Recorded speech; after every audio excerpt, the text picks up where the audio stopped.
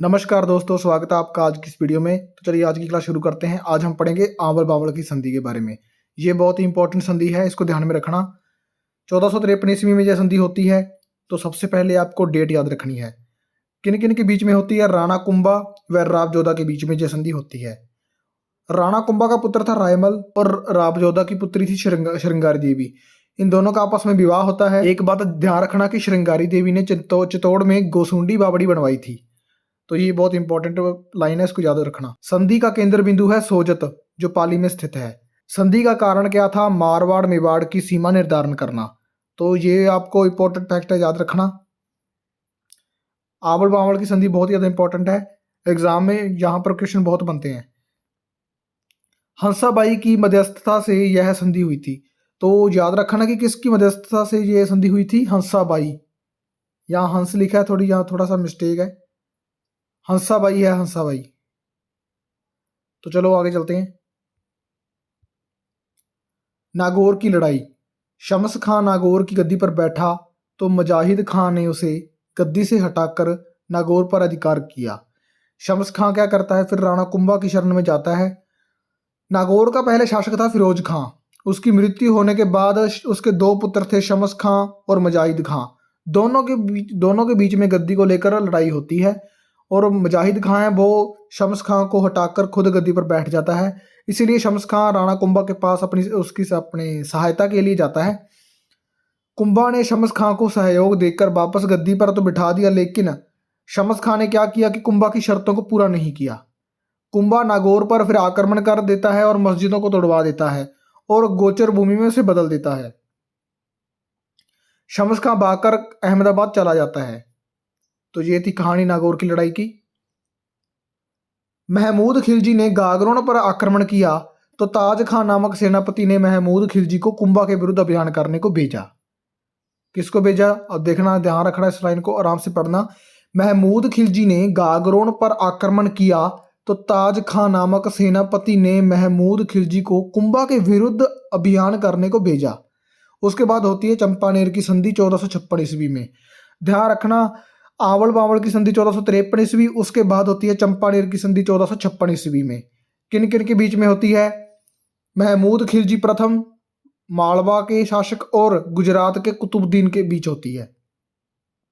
किसके खिलाफ होती है? ये बहुत इंपॉर्टेंट है, क्योंकि क्वेश्चन ये नहीं बनता कि चंपानेर की संधि किन किन के बीच में हुई। आजकल जो ट्रेंड है वो ये पूछा जाता है कि किसके खिलाफ हुई, क्योंकि हम इसे याद कर लेते हैं, लेकिन इस लाइन को हम इतना महत्व नहीं देते और इसे हम कम याद रखते हैं। लेकिन इस बात को याद रखना कि राणा कुंभा के खिलाफ ये संधि हुई थी। 1457 ईस्वी में फिर बदनौर का युद्ध होता है। उसके बाद, संधि के बाद, महाराणा कुंभा, उसके सामने कौन था? मोहम्मद खिलजी प्रथम और कुतुबुद्दीन, जिनके बीच में चंपानेर की संधि हुई थी। तो वो इनके खिलाफ ही की थी। उसके बाद ही ये युद्ध तय करते हैं। ब्यावर जिले में युद्ध होता है 1457 ईस्वी को। अब देखो, मैं आपको बार बार याद करवा रहा हूं कि 1453 ईस्वी में आंवल बावल की संधि हुई थी और 1456 ईस्वी में चंपानेर की संधि हुई। उसके बाद संधि के एक साल बाद 1457 ईस्वी में बदनौर का युद्ध होता है। ठीक है, मैं उम्मीद करता हूं आपको ये कहानी पूरी समझ आ गई होगी। इस युद्ध में राणा कुंभा की विजय होती है, राणा कुंभा जीत जाते हैं और मोहम्मद खिलजी प्रथम और कुतुबुद्दीन दोनों हार जाते हैं। तो इस जीत की खुशी में राणा कुंभा क्या करते हैं? बदनौर में कुशाला माता का मंदिर बनवाते हैं। क्योंकि बदनौर का युद्ध हुआ था तो वहां पर कुशाला माता का मंदिर किसने बनवाया? राणा कुंभा ने। कुंभा द्वारा निर्मित दुर्ग, आप इसको भी याद रखना है कि कुंभा ने किन किन दुर्गों का निर्माण करवाया। अचलगढ़ दुर्ग और बसंतगढ़ दुर्ग माउंट आबू सिरोही में बनाए। कुंभलगढ़ दुर्ग है वो राजसमंद में बनवाया, इसके बारे में हम पढ़ेंगे आगे। बदनौर का जो दुर्ग है वो ब्यावर में बनाया, क्योंकि आपको पता है कि बदनौर का युद्ध कहाँ हुआ था? ब्यावर में। बोमट दुर्ग बाड़मेर में। चित्तौड़ दुर्ग की मरम्मत करवाई राणा कुंभा ने। तो इस बात को ध्यान रखना, इन सभी दुर्गों को ध्यान से देख लेना, एग्जाम में यहाँ से पूछ सकते हैं।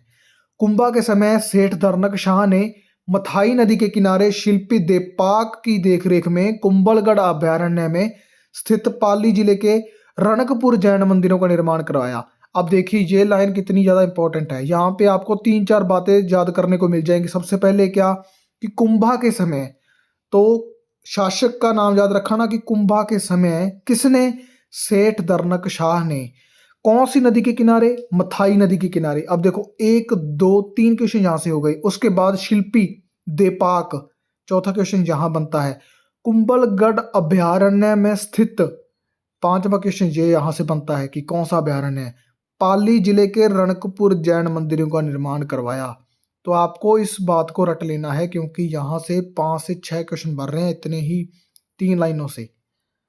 सबसे पहले शासक किसने बनवाया, कौन सी नदी के किनारे, शिल्पी कौन था, जगह कौन सी थी, जिला कौन सा था, रणकपुर जैन मंदिरों का निर्माण करवाया। तो आपको इन सभी बातों को ध्यान से पढ़ लेना है। वीडियो को चाहे 2-3 बार देख लेना। रणकपुर जैन मंदिर के बारे में अब हम कुछ थोड़ा सा इनके उपनामों के बारे में जान लेते हैं। कई बार इनके उपनाम भी पूछ लेते हैं एग्जाम में। 1444 खंभों का घर कहते हैं इसे, वनों का घर कहते हैं क्योंकि कुंभलगढ़ अभयारण्य में स्थित है, स्तंभों का भी घर कहते हैं, चौमुखा जैन मंदिर भी इसे कहा जाता है। तो ये बातें आपको ध्यान में रखनी है। आप देखिए कि कुंभा के जो ग्रंथ हैं बहुत ही ज़्यादा इंपॉर्टेंट है। ये सभी के सभी परीक्षा में पूछे गए हैं, चाहे एलडीसी हो, चाहे बीएसटीसी हो, चाहे वनपाल हो, किसी भी एग्जाम में इनमें से एक आधा क्वेश्चन आता ही आता है।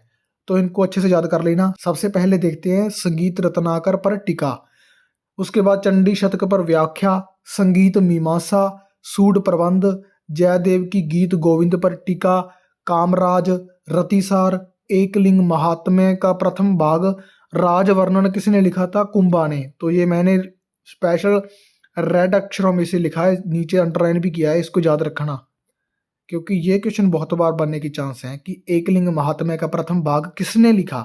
चाहे राजवर्णन लिखे ना लिखे, लेकिन जब प्रथम भाग लिख दिया तो आपको ध्यान हो जाना चाहिए कि किसके बारे में पूछ रहे हैं।